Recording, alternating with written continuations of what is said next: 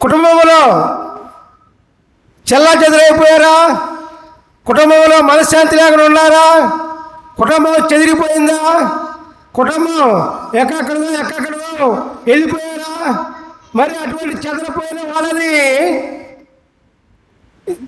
చేర్చి కుటుంబాలను ఏకం చేసేది మాత్రం దేవుడు ఒక్కడే. ప్రియులారా, దేవునికి స్తోత్రం. చెదిరిపోయిన కుటుంబాలను, చెదిరిపోయిన జీవితాలను, చెదిరిపోయినటువంటి మన జీవిత నడవడికను బాగు చేసే దేవుడు ఒక్కడే. ప్రియులారా, దేవునికి స్తోత్రం. హల్లెలూయా, ప్రైజ్ ది లార్డ్. అందుకని ఇర్మియా 31:8 ఏ విధంగా చెప్తూ ఉన్నాయంటే, ప్రియులారా, ఉత్తర దేశంలో నుండి నేను వారిని రప్పించుచున్నాను.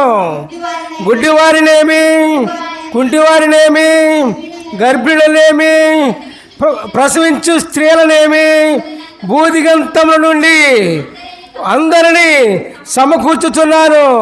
మహాసంఘమై వారిక్కడికి తిరిగి వచ్చేదరు. దేవునికి స్తోత్రం. హల్లెలూయా.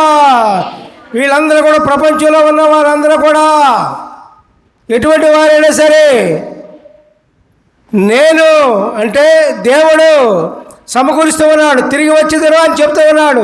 ఎక్కడికి? అందరూ కూడా దేవుని రాజ్యమునకు తిరిగి వచ్చేదరు.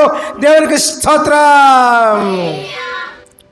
భూలోకమని కాదు ప్రియులారా, అందరూ కూడా దేవుని రాజ్యానికి వారసత్వం అయ్యేలాగా దేవుని వాగ్దానం ఇస్తూ ఉన్నారు. ప్రియులారా, దేవునికి స్తోత్రం. ఎందువల్ల? ఆయన ప్రేమను బట్టి. ఆయన ప్రేమ అంత మహా గొప్పది ప్రియులారా. భూలోకంలో ఉండే నివాసం అంత గొప్పది కాదు. కానీ నువ్వు ఎంత గొప్పవాడివైనా, ఎంత అధికారంలో ఉన్నా, ఎంత గొప్ప స్థితిలో ఉన్నా, ఎంత ధర్మం ఉన్నా, ఈ భూలోకంలో స్థితి శాశ్వతం కాదు, గొప్పది కాదు. దేవుని రాజ్యంలో ఉన్న స్థితి మనకు గొప్పది ప్రియులారా. దేవునికి స్తోత్రం. అట్లాగే ప్రియులారా, చెదరిపోయిన వాళ్ళందరినీ కూడా తీసుకుని వచ్చి దేవుని రాజ్యానికి వారసత్వం కల్పిస్తూ ఉన్నాడు దేవుడు ప్రియులారా.